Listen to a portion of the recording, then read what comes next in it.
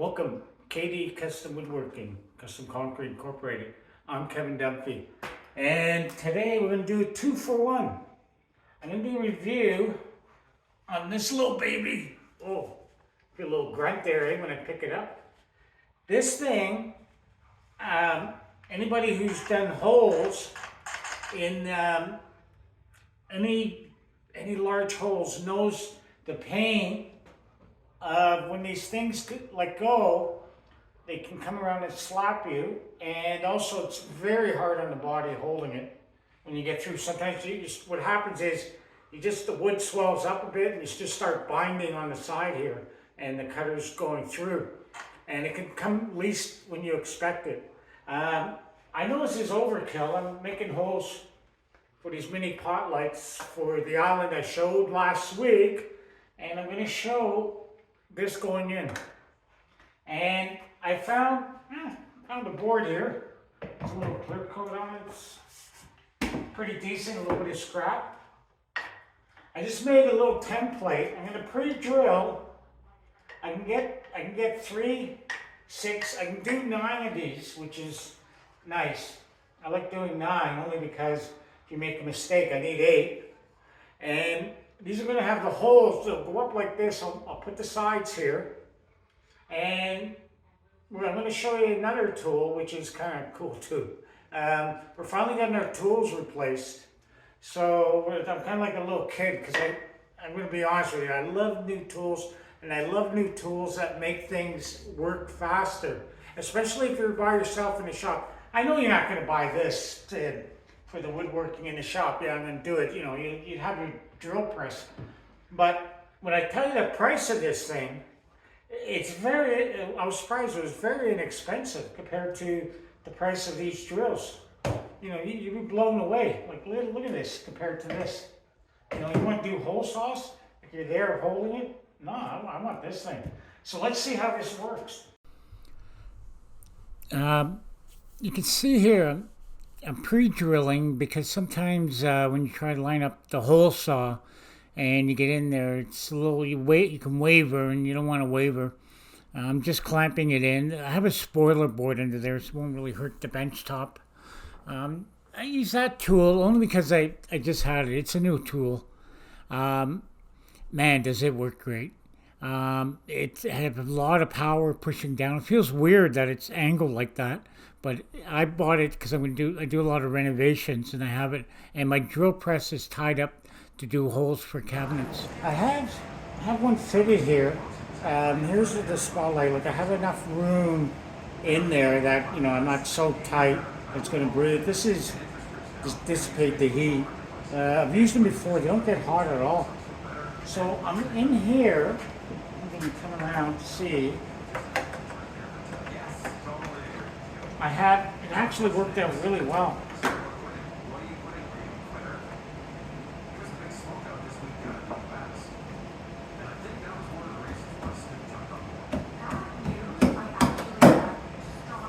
Alright, there's a little lip here that stops it. Alright, I'm going to have to slip a little piece in here, but you see the clip. When it goes in, it's going to have to just stay like that. I'm comfortable with that. There's enough room up here, if I could show you, for the housing, so it's not going to be binding up too much. Alright, so far so good. I did one already. I just have enough room, a little room to slide this in, right? A little tight there. So, perfect there. So I'm just going to put a little glue on the top. The bottom, if I was to put glue there, it wouldn't stick because of the clear coat. But up underneath, I didn't really spray up on top. So the glue should have no problem going in there. There's a little lip right there that it hides it very nicely. So ever so slightly. I want to keep out a bit. I'm a little happy there with the glue. Now make sure I'm going the right way here. Kind of get mixed up, eh?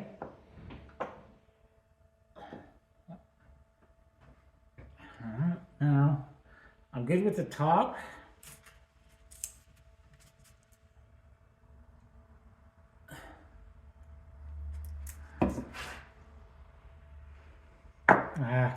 I didn't want to do that. I slipped there. I'm gonna have to wipe that off.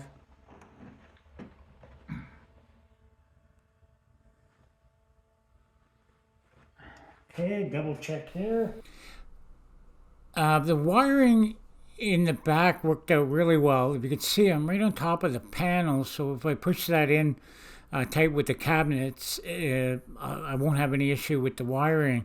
It's a lot cleaner like this. I think it's the way to go. And then you're pre-wired. It took me a while to do all this. Don't. The biggest mistake is underestimating the time on something like this. So this is marked. They got 10-2, 12-2, 14-2. So you want to venture on this your own. I'm going 12-2. Let's see. I'm going to go about here, about a healthy inch. I don't want to go too deep. Oh yeah, this is a good stripper.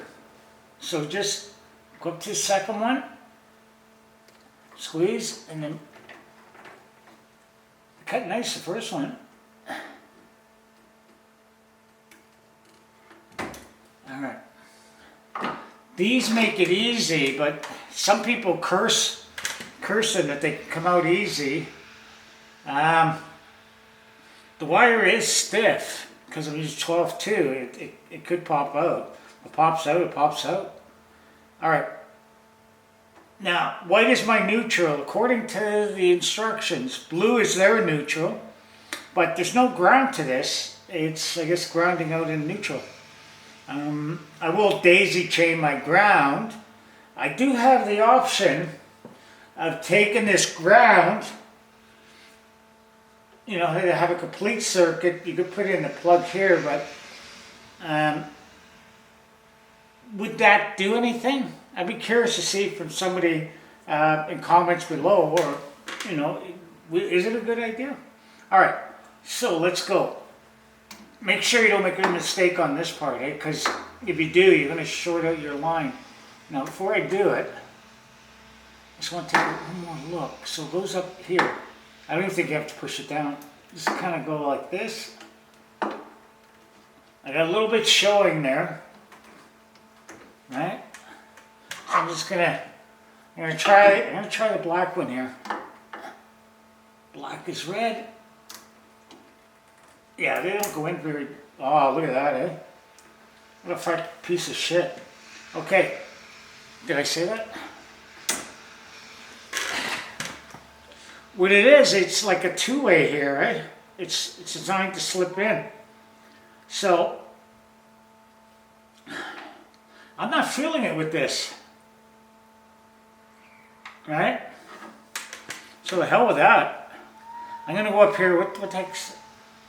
I'm gonna try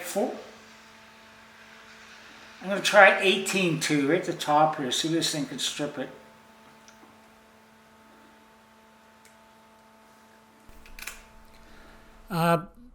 One of the biggest things I found that was a little tricky here were the thin wires. I mean, they were really paper thin compared to the 14-2 wire.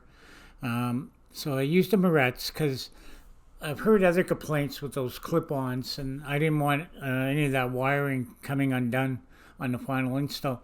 There's a lot of room inside if I push that up there.